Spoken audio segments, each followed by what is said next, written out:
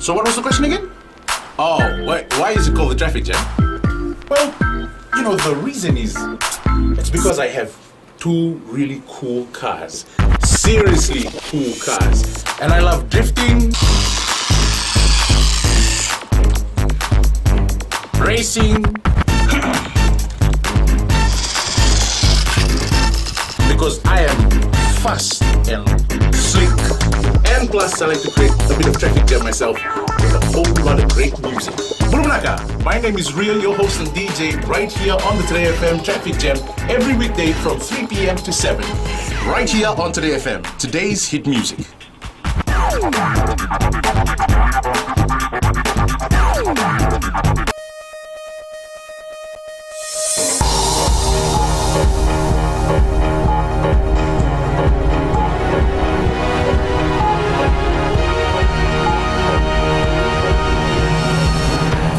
In the news tonight, significant reduction in fuel and gas prices, revised economic growth of 4.3% forecast for this year, and Fiji first parliamentarian Dr. Sharma resigns.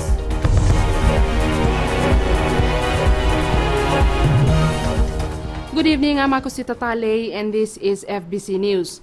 Consumers will be paying much lower fuel prices from midnight tonight, the second decrease so far this year. Finance Minister Ayaz Sayed Qayyum announced the changes this afternoon. Chanel Sivan reports. The decrease is the result of a decline in prices globally. Motor spirit or unleaded has dropped by 41 cents to $1.90 a litre. Diesel has reduced by 34 cents to $1.67 a litre. Premix reduced by 33 cents to $1.85 a litre. Kerosene price has dropped by 31 cents to $1.27 a litre. A 4.5 kg gas cylinder will now cost $13.45, while 12 kg cylinder will cost $35.87, a decrease of $5. Bulk LPG gas has fallen by 33 cents to $2.41.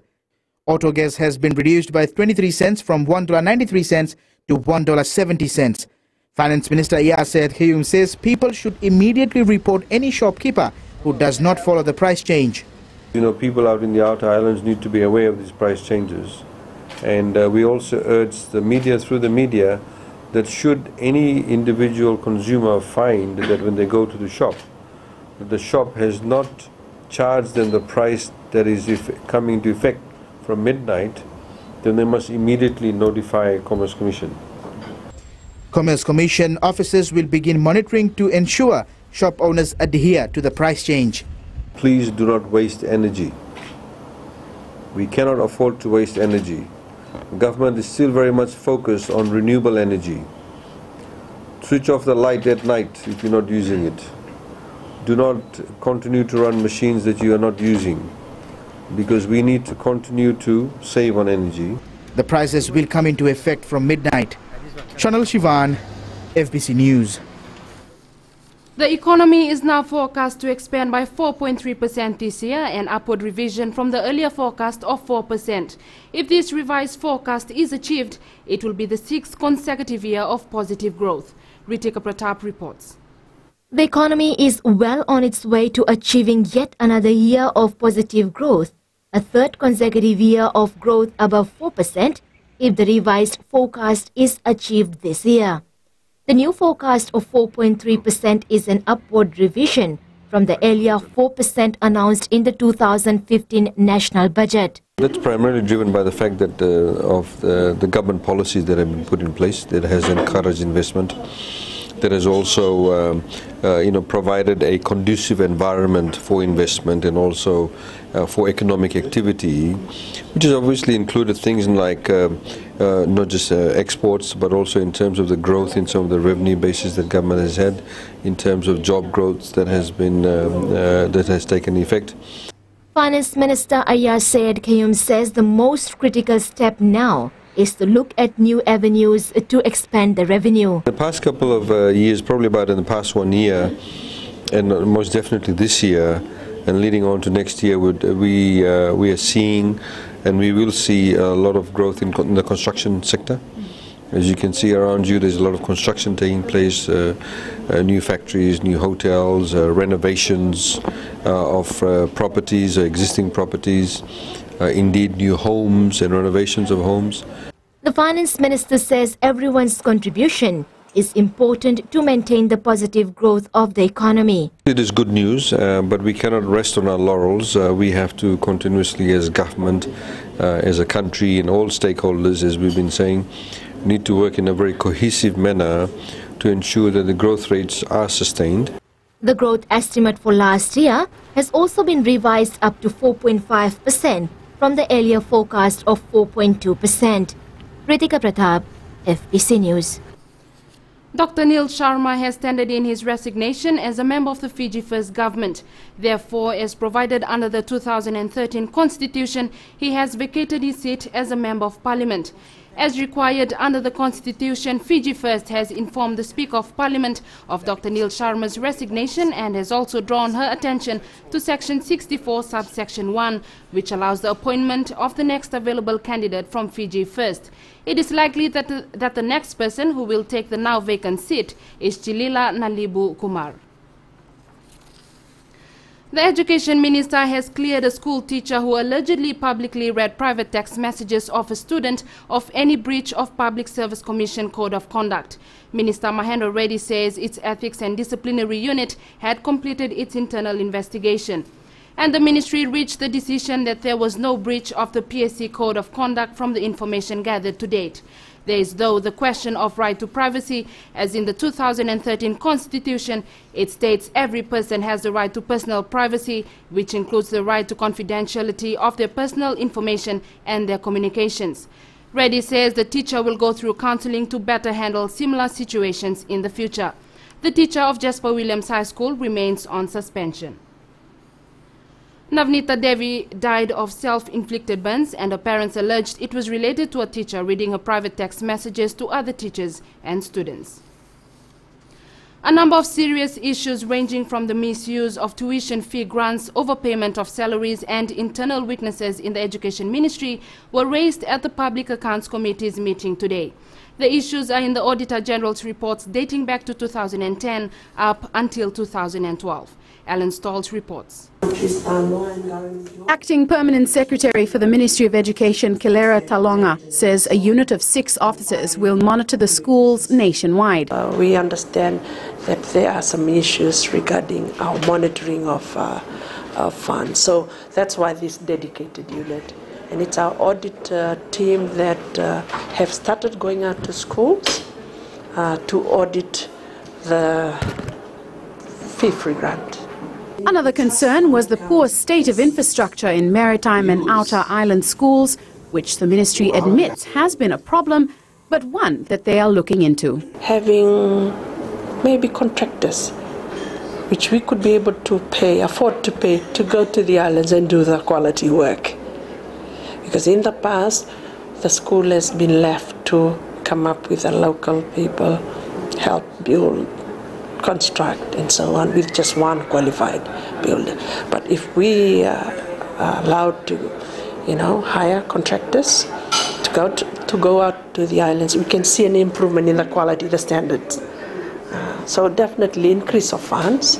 Talonga says the ministry will look into the concerns and find ways to improve its system for the future.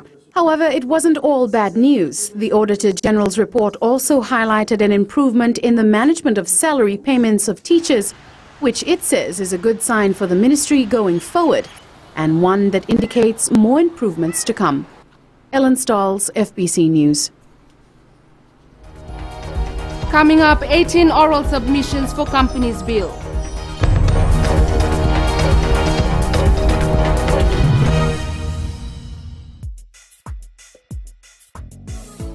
Bula FM nambando na serena iwan siningon na ni batara ni sibiti ko bekenda na diwa na tini na miniti na may pakuriti ora beng grabe na nontan nonongo kanda na dapat ko ani no kaloko ena ka venden de bob ni na tay bali ni may dapat ko na wani matakabo kan le bisarti ko na bisera tali oni na maka do batati may kinen na kenan daw ro di kanamaki Bula binaka ayo sala dilawa do bataki awan na batara na wani dio na kaloko moni tiki na barumbuka ena Bula FM nambandua ena serena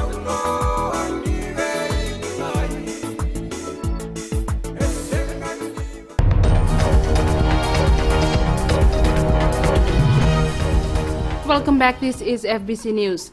Today is the deadline for all permanent secretaries to provide the Ministry of Finance with the names of employees who are members of a trade union and who consent to the check-off facility, the direct deduction of union fees from their wages.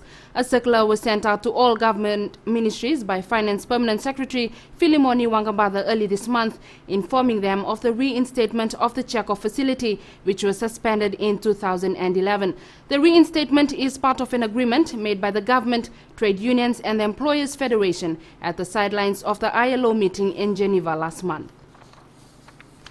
The Parliamentary Standing Committee on Justice, Law and Human Rights has concluded its public oral submissions on the proposed Companies Bill, while written submissions will be accepted until Monday. Committee Chairman Ashnil Sudhakar says the response has been overwhelming. Maggie Boyle reports. 443 pages covering 722 sections. The Companies Bill is by far the biggest piece of legislation to be brought before this Parliamentary Standing Committee. More than 30 years old, the new bill is intended to modernize the laws related to the incorporation, regulation and winding up of companies. 18 oral submissions have been presented to the committee over the last 2 weeks. In addition, 4 written submissions have been received, with more expected given the deadline extension to next week. And we will review the written submissions on the committee, and that is part of our, that will lead up to the legislative scrutiny, which is the committee itself will sit in private and will go through the comments of the written submissions and the oral submissions. Under the proposed bill, a director's duties have been included for the first time. There is also a new penalty provision with maximum fines up to $270,000 and prison time between 1 to 5 years. Also under the bill, there are new financial reporting measures aimed at better corporate governance. The response has been very positive. A lot of people have suggested, and a lot of groups, especially the Reserve Bank and the Fiji Institute of Accountants, they are pretty happy with the modernized bill, and it is very pro-business, and I would say it will enhance the economy as well. There have been some interesting suggestions about some possible changes that people wish to see, and we will have a look at those suggestions. We will have to see it in the whole scheme of things, and definitely we'll mention all of that in the report. Sudhakar says the committee now has less than 3 weeks to scrutinize the submissions and compile the report that will be tabled in Parliament on the 11th of May. Maggie Boyle, FBC News. The government is committed to renewable energy in the future. Minister for Infrastructure Pio Tikundondua says they're opening the door to local and foreign investors who want to invest in renewable energy. Watisoni Rekandroka reports. The government's commitment to renewable energy in the coming years is opening opportunities for investors. Minister for Infrastructure Pio Tikundondua says many investors are already showing interest. Oh, there are many different areas. I've been talking to some who are thinking about doing thermal energy. There are people here who want to go more into IPP on hydropower, also in biomass. So, you know, it's there. Wind also is an opportunity. Tikundondua says renewable energy always means high investment capital upfront. He adds that government is urging private sectors to be part of the family of invest in producing power. Tikundondua also says they want genuine investors who care for the environment. The investor wants to generate power and is not going to look after the environment in the process, then that investor is not welcome. The Ministry of Infrastructure says they will be looking at investors who know the issues of green and blue growth with the capital and service to provide renewable power while maintaining the environment. Watisuni Rekanroka, FBC News. A new method of teaching road safety to school children has been deployed for the first time today. Students of Suva Methodist Primary School were joined by some members of the Vodafone Fiji Sevens team and coach Ben Ryan as they were taken through lessons using the road safety cube. Shireen Lata reports. There is no doubt the players are the children's heroes, and what was even sweeter was to have a former student Osea Kolinisau back in the grounds where he played as child for 3 years. The message though was on a more serious note, road safety. And Coach Ben Ryan spoke of how he lost friends in road accidents. The road is a dangerous place, and you need to make a promise to me And I'll make a promise to you that the boys will give everything they can the next 2 tournaments, but you need to promise to me that nobody that I can see here today does anything silly on the road in the future. The Road Safety Cube contains educational information and questions for the road users. It uses fun and practical material to help teach students about road safety. The program was developed by the Marketing and Services branch of the Total Group in Paris and is being deployed by Total companies around the world, including Fiji. We work with communities in all of those countries to make sure that road safety is part of the culture of Total. You know, you can't sell fuel and have cars driving if you don't take care to try and help and educate people about how dangerous the road is. The Road Safety Cube will be implemented in other schools in the future. Sharin Lata, FBC News. And sports is up next. Here's Jamie with the latest. Thank you, Akasita, and good evening. Coming up in sports, Auckland City ready to defend its title at OFC Champions League, and 4 changes made to TFL Fijiana side. Details after the break.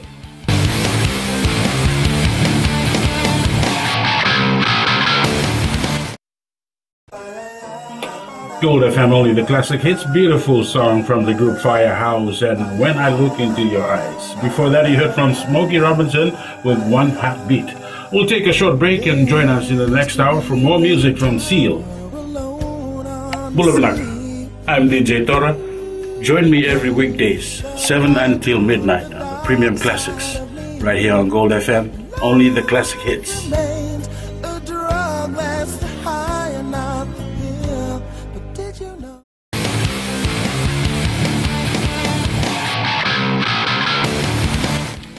Four changes have been made to the final 12-member TFL Fijiana team for the Canada leg of the Women's World 7 Series.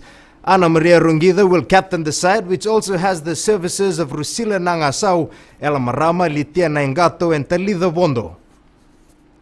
Fiji has been pooled with New Zealand, England and Spain for the event. A few of the senior players that set out in the last tournament at Atlanta, I thought they came back strong, they were desperate. Which is good to see, and makes the competitiveness within the squad healthy. And I guess they've proven themselves, and they sort of made it back into the touring party to Canada. The Canada Sevens will be played in Langford on the 18th and 19th of this month. Preparation of Fiji athletes is in its final stages for the Pacific Games in Papua New Guinea. All 28 sporting federations are doing their final touch-ups before the extended final team is forwarded this weekend. The 28 sports have been preparing really well sports-wise off the field. Most sports have now moved into 4th gear, where they are trimming down with their final trials. People are slowly trimming off their training, where they are now into what we call preparation mode and competition mode towards Pacific Games. And the Pacific Games will be held in PNG from the 4th to the 18th of July. Defending champions Auckland City have arrived into the country with one mission, and that is to retain the Fiji Airways OFC Champions League title. The New Zealand side is led by veteran Ivan Viselic. The team is the top bid for the title, but say the task is never easy. Indra Singh has more. Arriving for the battle, Auckland City wants to maintain its dominance in the Oceania region. David Kim trying to get the ball out from under his feet. They go back to Tamari Williams. Yeah, I mean, we're looking forward to the tournament, basically. It's going to be 3 difficult games for us, but it's good to be in Fiji, good to be competing in this competition once again, and we hope to, play with a lot of respect and be very humble with the other teams and try to compete as well as we can. Having finished 3rd in the FIFA Club World Cup last year was the biggest achievement for the side since its inception. However, the team is not banking on its past glories ahead of the 2015 event. We've enjoyed it in the past and have done well in the past, but we know it's very difficult. A lot of very good teams out there with some very good players, so we're going to need to be at our best to have a chance.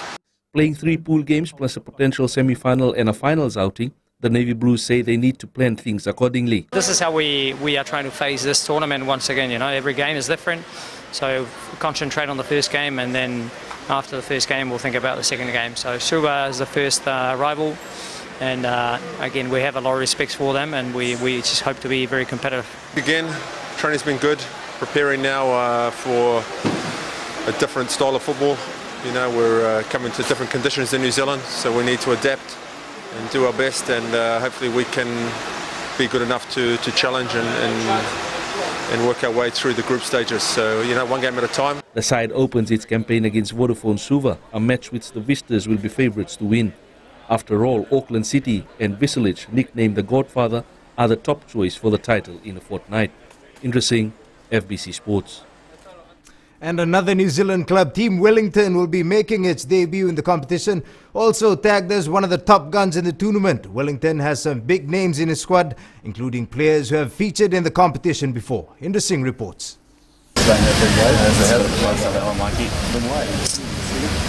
Enjoying the Suva sunshine, Team Wellington wants to make its first year a memorable one in the OFC Champions League.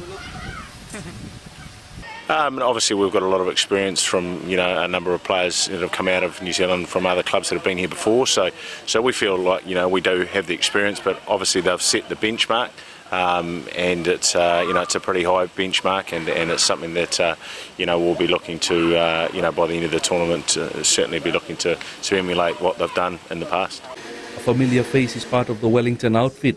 Henry Farado has played in the past for Nandi, and he is excited to be back in Fiji playing for the New Zealand club. Oh, I think for me, I think I really feel at home. Coming over here from New Zealand and stuff, I miss the weather. So to come to Fiji at the start, I think it's a homecoming sort of thing for me. Unlike Auckland City, Team Wellington is still coming to grips with preparing for the biggest club tournament in the region. Brought in a couple of players from outside of Wellington, which has been great, and freshen up the group a bit. And we're just looking forward to it. And most of our prep will be done here over the next couple of days. And so there's lots of work to do to get it sorted. Oh, I think it's a totally new ball game. But Auckland City have set the standards, and that's pretty much where not just us, Team Wellington, are trying to get to, but all the other clubs that are here as well. Come Sunday, this team will start its assault for the title and try and match what Auckland City has done in the past. And with the likes of Farado leading the line, it just may be a dream come true in a fortnight.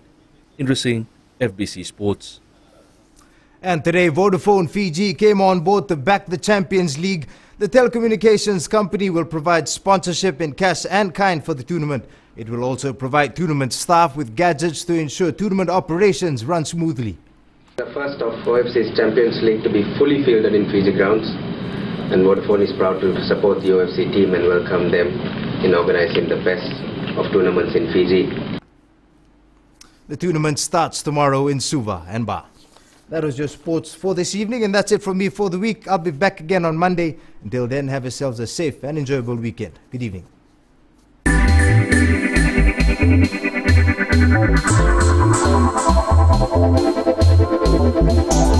BSP Life has allocated $16.4 million as bonuses to their life insurance policy holders for the 2014 financial year. The allocation is $1.4 million or 9.3% higher than 2013. Managing Director Malakai Nayanga says the company's investments grew by $20 million last year, taking the overall portfolio to over $478 million. He says bonuses are allocated from returns generated through their investment portfolio. BSP Life declared a reversionary bonus rate of 2%, which is the same rate as 2013. The bonuses are payable on the earlier of maturity or death of the life insured. BSP Life earlier announced that their policyholders receive life and medical insurance benefits of $50.4 million in 2014.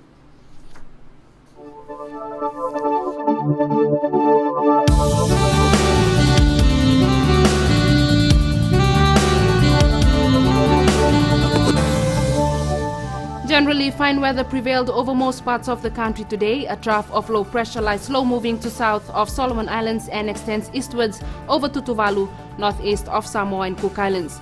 Meanwhile, east to southeast wind flow prevails over most of the southwest Pacific. Lambasa was the hottest today with 33 degrees, while Savu-Savu and Ba recorded 29 degrees. Brief showers over the interior and eastern parts of the larger islands, elsewhere fine apart from isolated afternoon or evening showers. Fine apart from brief showers over the interior and eastern parts of the larger islands. And to the main points again, fuel prices will decrease from midnight tonight. The RBF says the economy is now forecast to grow by 4.3% this year, and Fiji First Parliamentarian Dr. Neil Sharma has resigned. This week, we are asking, do you think Fiji can win this year's Rugby Sevens World Series? Visit our FBC website to take part. Remember, you can send us newsworthy pictures and videos on email citizensize@fbc.com.fj or share it with us via our Facebook page, FBC News, or if you're on Twitter, follow and tweet us your news tips at FBC News or simply hashtag FBC News. And that's our bulletin for today. Join the team again at the same time tomorrow. Nimo Demanda.